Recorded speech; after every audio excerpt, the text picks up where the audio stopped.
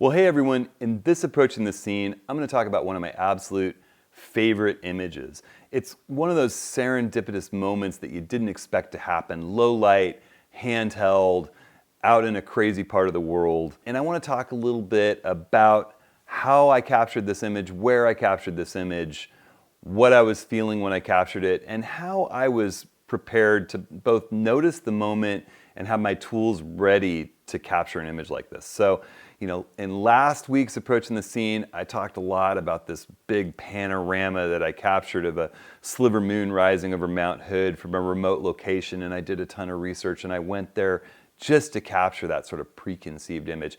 This is a little bit the opposite. It's about being open and aware and ready with your tools to capture those surprising moments that reach out and really are meaningful. So I'm Hudson Henry. This is Approaching the Scene. This is a series of weekly videos that I'm putting out on Thursdays that I hope form just a conversation around all things photographic. We're going to talk about how to capture better images in the field, how to approach capturing different scenes, how to use your tools in both the field and in post-production to just improve your creative storytelling.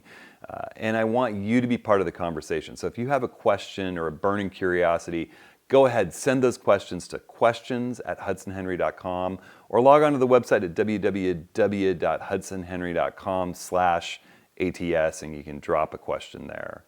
So this image of the Children's Night and Dia de Muertos, the Day of the Dead in Michoacán, Mexico, is really an image that I'm proud of. It's one of my favorite images. I captured it with my Nikon D800 back in 2013 with just a 50mm 1.8 prime lens in really low lit conditions. It's really just candlelight and street lights coming from different angles.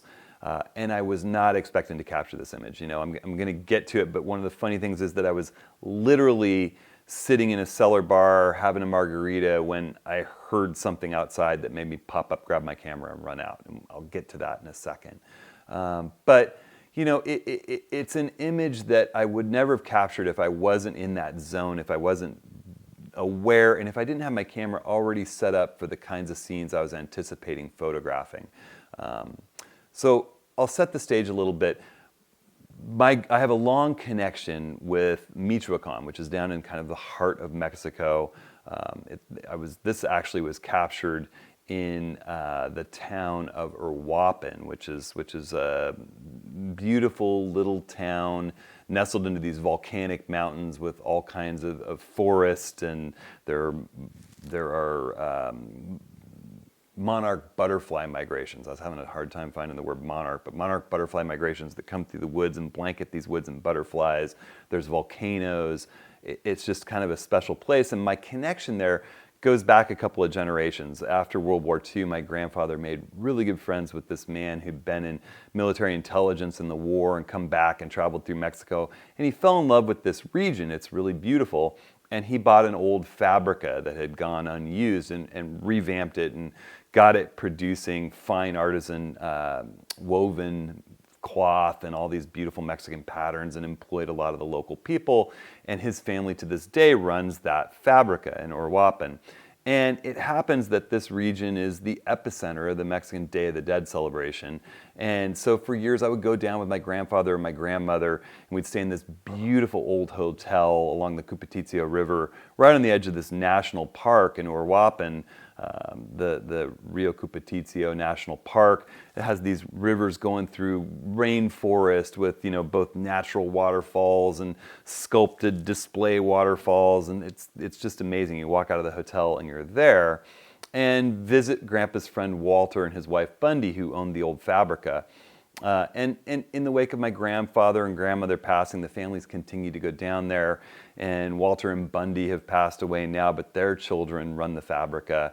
And I just love going down, and I particularly love going down for the Day of the Dead because there's just this tremendous, huge celebration. I think Mardi Gras in New Orleans, except that it's all these people kind of honoring their lost ancestors. They feel it's a night where they can get closer to their ancestors. Their ancestors come out to kind of mingle among them, the spirits of their ancestors. And so it's a time for really remembering family.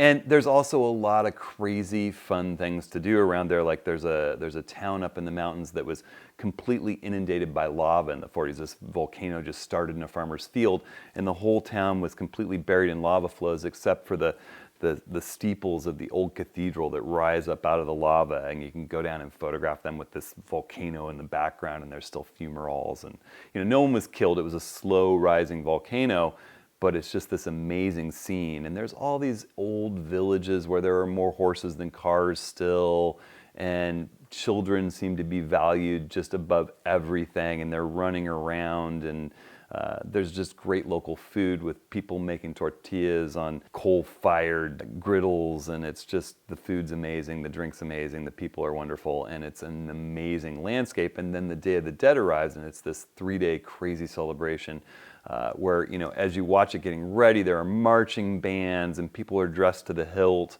and the sugar skulls, those Mexican sugar skulls that you see, and the kind of drawings and art that the Grateful Dead pulled on are all sort of emblematic of this celebration. There's lots of skeleton art.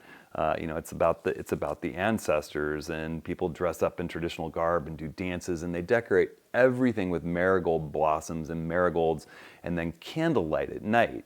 And one of the premier epicenters is a town just a little bit south of Uruapan called Pátzcuaro, that's on Lake Pátzcuaro. And there are these islands on the lake, and you can take boats out, and there are these tremendous displays, these ofrendas, these altars that sort of commemorate the lost ancestors, photos of the ancestors, all their favorite things, foods, drinks, and people are dressed to the hilt and celebrating and thinking about their lost ancestors. It's a lot different than our Halloween, despite the fact that it starts to happen basically at the very end of October and rolls into the beginning of November. So, I went down to Pátzcuaro and saw the Day of the Dead, and then there was a big celebration in Uruapan, and we went out for the Children's Night, which is sort of the penultimate celebration, and we were looking at all the different candlelit altars and people, and earlier in the day we watched them, decorating all of these ofrendas with the marigold blossoms. And I don't know if any of you've seen the children's movie, the Pixar movie, oh my gosh, what's it called? It won the Oscar this year. Oh yeah, Disney's Coco. It is just such a great animated feature. Pike and Pepper both loved it. There's no undue violence or scary characters, and it really tells the Day of the Dead story in such a nice way. So I'd been through the whole thing, looking through all the altars. We were a little bit footsore at the end of the day, and I was traveling photographing pretty much just with my Nikon D800 at the time and this little 50 millimeter 1.8 prime lens. And I'm a big fan of using a 35 or a 50 or a 20 millimeter fixed prime lens, lightweight. You can carry each of them in your bag. That wide aperture, I really like Nikon's little 1.8 lenses. Most camera manufacturers make a similar wide aperture lens. It lets you get an extra stop of light in the dark, a little faster shutter speed, and they're just lightweight, they're not obtrusive. The big zooms weigh a ton, they kind of weight you down when you're out in a celebration like this, moving around through people and crowds. And I love working with these in low-lit situations where I want to travel light, handheld. Another trick that I often use is carrying it on one of these, I use the Black Rapid slings, but putting this on, I'm going to try not to bump my microphone with it, and then you mount your camera to it, and it kind of lets you use the sling in your body as a bit of a natural tripod, a bit of a stabilizer. So, if you pull it out like this, it's braced against your body a bit, and you're just able to kind of push against it and get some more stability with the camera. It slings and slides along here. There's multiple manufacturers doing this. For what I do, both out in the mountains and in rugged travel, I really like the Black Rapid system. I also like how it has this little line under here that can clip under my arm and keep it secure so it doesn't slide off my shoulder. So that's a little trick that I like to share with workshop students and people that take my photography courses for handheld work. It's just a nice little brace having a sling strap like that. So I was done at the end of the day. I've been doing a lot of photographing. I photographed some children in outrageous costumes. I remember one little girl was done up like a mummy, and she was definitely still in diaper age, a little toddler, adorable little girl. And she was so wrapped up in gauze to be made up like a mummy that I just wondered, how could they possibly change her diapers? And I loved just the throw of light from the candles everywhere. But I was getting tired. It felt like kind of the end of the night. It was maybe 11:30 at night. And I was there with some family members and with my wife, Stacy. It was her first trip there, and I was really excited to share the whole celebration with her. And we ducked into this cool little cellar bar just off the main street in Orwapen, and was getting a margarita when, suddenly I heard drums, boom, boom, boom, boom. I heard like marching drums, and I thought something's happening up on the street. And everybody was just getting their margaritas, and I went ahead, slung my camera back on. It had been sitting on the table. And when I'm working in low light, I like to work in shutter priority mode and keep a shutter speed that can freeze motion. If I stop and I'm photographing something that's a little bit more stationary, if I'm not worried about freezing the motion, then I can slow my shutter speed down a little bit. But I like to keep around 60 to 100th of a second if I'm photographing people in motion, because I don't want them to be blurring. I'm pretty good about holding still, bracing the camera. One thing that I notice a lot of people doing is working handheld, and they'll put the camera out away from them or lean forward. And I think what you want to do is have your feet shoulder width apart, elbows touching on your ribs, braced into your ribs so that you're connected to your skeletal system. And then, grip under the lens with one hand and firmly get a good hold on that camera with the other and brace yourself. You can also push out against your strap if you have it on the strap. But all of that really just avoids camera shake. If there's people moving in front of you, you need to think about that motion. And I think that generally people in street scenes flowing around, if I want to freeze that action, I like somewhere between a 60th and 100th of a second. And in the modern cameras, the auto ISO is so good, it'll kind of float the ISO and it'll float the aperture. Once it runs out of aperture, and it needs to hold that shutter speed and keep the exposure equation right, keep the exposure triangle in balance, it's going to start raising the ISO, and you can set a limit on that. So I tend to run with an automatic ISO and in shutter priority in these kinds of scenes where motion is really the thing that I'm the most worried about. I either want to blow it purposefully or blur it purposefully or keep it from blurring, keep it sharp. So I have my camera set at 100th of a second just in case I encountered something fleeting that's moving, in shutter priority mode with auto ISO turned on and limited, I think, at 3200 for the old D800. That was about the max I wanted for quality, for noise and quality. And I dashed out of the restaurant, and down the street I see this procession coming, with this child with a conch shell and a candle inside, and the light is lighting his face, and there are these women flanking him with these big, beautiful kind of offerings. I don't know exactly what they are, but it's a very solemn march. And they're coming down the street very seriously, and they were coming by me, and I just went streaking up the street with my camera behind the crowd and got to where I was in the shadows, where I'm not going to disturb them, but far enough ahead of them with a place I could duck back out. And I just framed the shot. I braced, I got low, I got into just that position I was talking about with my sling strap kind of assisting me to brace. And I waited for them to get just the right place in the scene, took the shot, and jumped back into the crowd. And I think that the lessons from all of that, from capturing an image like that, are, A, being aware, even though you're down in the cellar bar, having a drink, just kind of keeping aware that something sounds different on the street outside, and I should go see what it is. As a photographer, when you hear the birds in the woods suddenly go quiet, be aware that there's probably a predator nearby or something that's worrying them. When you hear the drums beat on your travel vacation, there's a procession coming and you should go see what it is. Maybe it's photogenic. That and having your camera in the right mode. I can't think of how many times I've missed a photograph personally because my camera's been in the wrong mode. Maybe I was out photographing the Milky Way the night before, and all of a sudden I'm out hiking along the trail and I see this spectacular bird, swooping out of the woods, and I want to capture it, and I'm set up with exposure delay mode turned on with a 2-second delay before the shutter will go, and it's at 30 seconds in manual mode for exposure. You've got to sort of think about what's the next situation that I'm likely to face, and particularly when you're traveling and maybe you're a little bit tired, thinking about setting that up just in case. If you're going for a hike and there's potential for wildlife, put the camera in shutter priority mode. If it's birds in flight that you're thinking of, you might want 1/1500th of a second. If it's people moving out on the street, think 100th of a second. And if that's plenty fast enough and they're not moving very quickly, then you can dial it back to a 60th or a 50th of a second.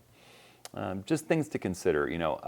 I love this image, and I'm so happy that my camera was in the right mode and that I was listening at that moment. And so for anyone who was excited by the whole little trip through Michoacán and the Day of the Dead, I would invite you to check out my website, because I just had a couple of cancellations. I'm taking a very small group on an all-inclusive tour for this Day of the Dead at the end of October, just a month away, for a 5-day workshop where we will be photographing, we'll be working handheld, we'll do all the things that I've basically been talking about in Mexico, and we'll stay in that hotel that my grandparents loved, and the workshop will be in the Fabrica that my grandfather's best friend, his family has run since World War II. So it's an exciting experience. I had a question pop up via email that asked, Dave asked, how often do I use prime lenses versus zoom lenses? And it's a great question. It's kind of a moving target. I would say that early in my photographic career, I mainly used zoom lenses. And there are still a couple of zoom lenses that rarely don't make it into my bag on a big trip. I almost invariably carry the Nikon, for my Nikon system, the 70-200 f2.8 lens. I have the latest version of that, which I just love. And that's just a focal length that I find it really hard to do without. It covers sort of extractive landscape work when I go beyond 50 millimeters, all the way to beautiful portraits from 85 millimeters to 125 millimeters, let's say.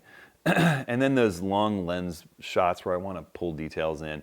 It's hard for me to imagine not having the 70-200 lens, and having prime bigger lenses each of them is heavy and expensive and takes a lot of room in the bag. So this one lens probably saves weight and space. But when it comes to the smaller lenses and the wider lenses, more and more often I'm finding myself traveling with a 20 millimeter 1.8 lens, a Zeiss 35 f2 that I've been using for years and just adore, and this 50 millimeter 1.8 lens. And for those of you working with the Sony mirrorless or the new Nikon mirrorless coming out, you're going to have in-body image stabilization. So some of these primes that don't have image stabilization doesn't matter because it's in the body. Plus, if you're careful and work like I was talking about, this lens doesn't have image stabilization, but it captured just fine with careful technique. And I always think careful technique's important, even if you do have image stabilization. It's not a thing to get sloppy about, photographing with slow shutter speeds and holding the camera properly and bracing yourself. But the reason that I'm carrying primes is just I think the quality is a little bit better in general. They're lighter weight. It's lighter for me to carry all three of those lenses than my 14-24 and a 50, which I would need.